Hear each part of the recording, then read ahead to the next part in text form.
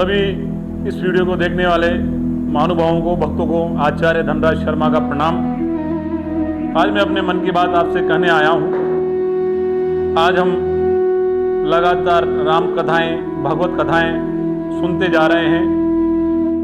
लाखों रुपए, करोड़ों रुपए खर्च करके हम जिस अध्ययन को जानना चाहते हैं, जिस ज्ञान को जानना चाहते हैं, क्यों नहीं हम अपने जीवन में उस मनन को और चिंतन को उतार पाए हैं। राम कथा सुनने से क्या भवसागर पार हो जाता है? भगवत कथा सुनने से क्या भवसागर पार हो जाता है? अगर यदि ऐसा ही होता तो आज सभी मनुष्य भवसागर से पार हो जाते। हमें इन भगवत कथाओं से, राम कथाओं से चिंतन की और मनन की और अपने जीवन में उतारने की बहुत ज़्यादा आवश्यकता आ गई है। जिस प्रकार श्री राम ने अपने पिता की आज्ञा मानकर वन को जाने का निश्चय किया, क्या आज हम अपने पिता की आज्ञा मान रहे हैं? व्यसन छोड़ रहे हैं? यदि नहीं तो हमें राम कथा सुनने का क्या लाभ है? क्या हम लक्ष्मण जैसे भाई की तरह अपने भाई के साथ रह रहे हैं? और यदि नहीं तो इस प्रकार की कथा सुनने से आप लोगों को किस प्रकार से फायदा हो सकता है?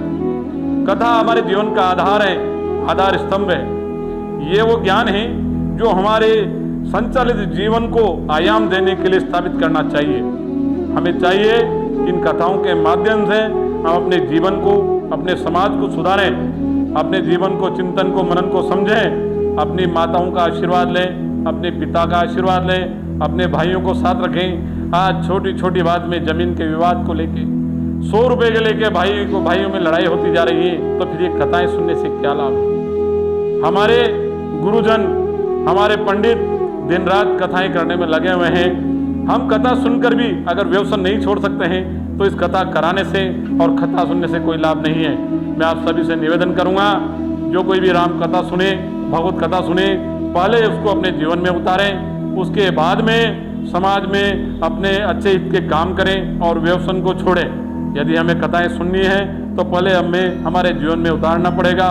लक्ष्मण जैसा भाई बनना पड़ेगा, राम जैसा पिता आज्ञा पालन का करना पड़ेगा, और माताओं का सम्मान करना पड़ेगा, बहनों का सम्मान करना पड़ेगा, भाइयों में होते हुए झगड़े को निपटाना पड़ेगा। एक छोटे से जमीन के टुकड़े के लिए हम अदालत में चले जाते हैं, न्याय मांगते हैं। अगर हम कथा सुनते हैं तो हम अपना ही हक छोड़ के अपने भाइयों को दें और उनको भी आगे बढ़ाएं। मैं आज आपसे इतना ही कहने आया हूँ। जय श्री राम, जय श्री राम।